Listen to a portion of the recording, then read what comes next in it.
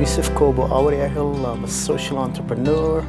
I'm from Antwerp. I'm involved in politics. I have a couple of different projects.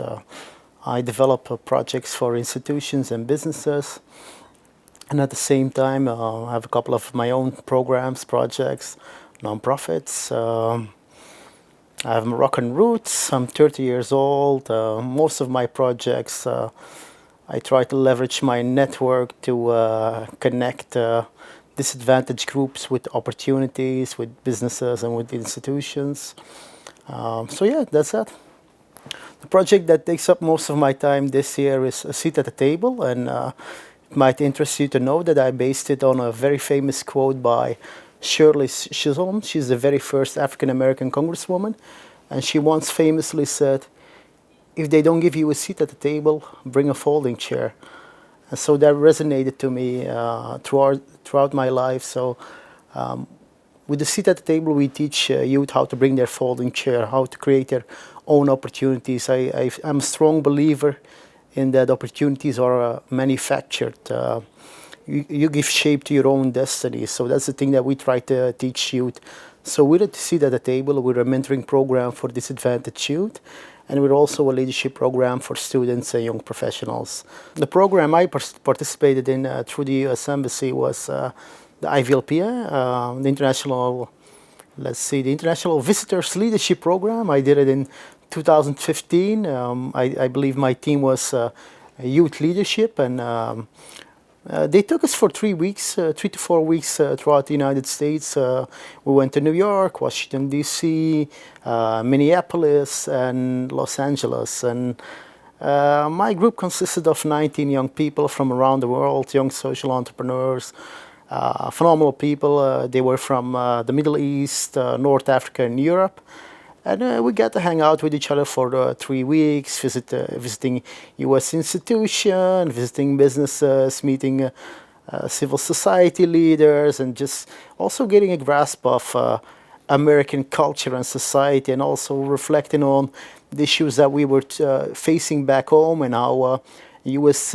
Civil society organizations dealt with certain problems. And we picked up a few things that I think still resonate, and we still use on a daily basis. For instance, certain best practices that I got from some of the organizations we visited in Minneapolis and New York, I still use in the platform that I created for disadvantaged youth to sit at the table. Well, actually, I have three.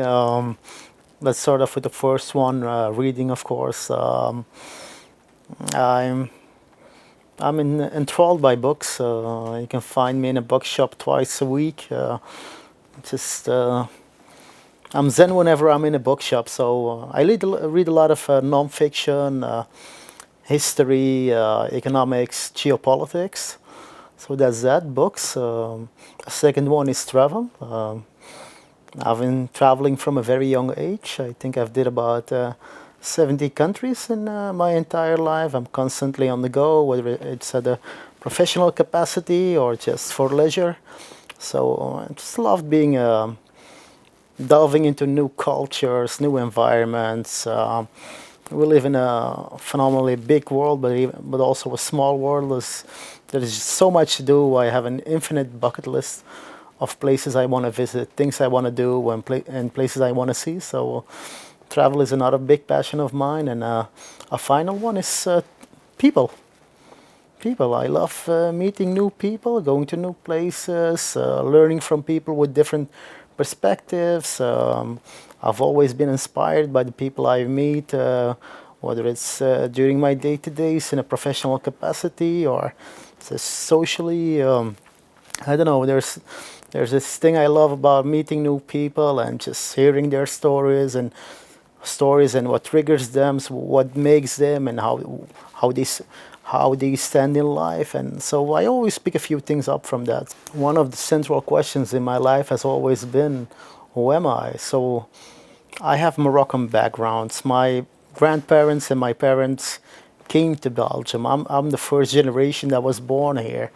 I'm a Muslim, and in this juncture in time, being a Muslim is a very interesting thing to be at the moment. So I'm Moroccan, I'm Muslim, I'm a Belgian, I'm from Antwerp, but I love Brussels. I feel Belgium, I feel Flemish, I feel Muslim, and there's so many different layers to my identity. And it depends on which day, but to me, all of my identities are complementary. At this moment, I think we need more leadership and more understanding, and that's one of the things that I try to do in all my different endeavors and capacities is create cultural exchange and understanding between different groups. So if you ask me what's my identity, it's all or nothing. One of my biggest goals is just to continue the things that I'm doing and keep growing in it and keep learning and keep excelling at certain things. And there's still different projects that I have in my head that I want to develop. There's still so many places I want to go to, and I'm always looking for in the things that I do is to create a social impact in whatever I do. So my comfort zone is being on the go, always being overwhelmed by my responsibilities and my infinite to-do list, but that's my comfort zone. So as long as I can keep doing what I'm doing now, which is always running around and being overwhelmed by everything, I'm a happy man. If they don't give you a seat at the table, bring a folding chair. So I've always had to create my own opportunities in life. I always had to invite myself wherever I went, and I always had a very entrepreneurial mindset, and that's the one thing that got me ahead in life. That's where I succeeded, by taking ownership of the things I wanted to do and the places where wanted to go and the challenges that I faced. So bring a folding chair to me is one that just makes so much sense, and I use it on a daily basis. So, and I keep telling to youth, like, hey, if they don't give you a seat at the table, if there are certain things you're not happy with in your life, bring a folding chair, which means take ownership. Take ownership and start doing, and stop whining, but start taking leaps of faith and start working on and heading towards that goal. Keep chasing your dreams relentlessly. So that's that. A seat at the table. Bring a folding chair.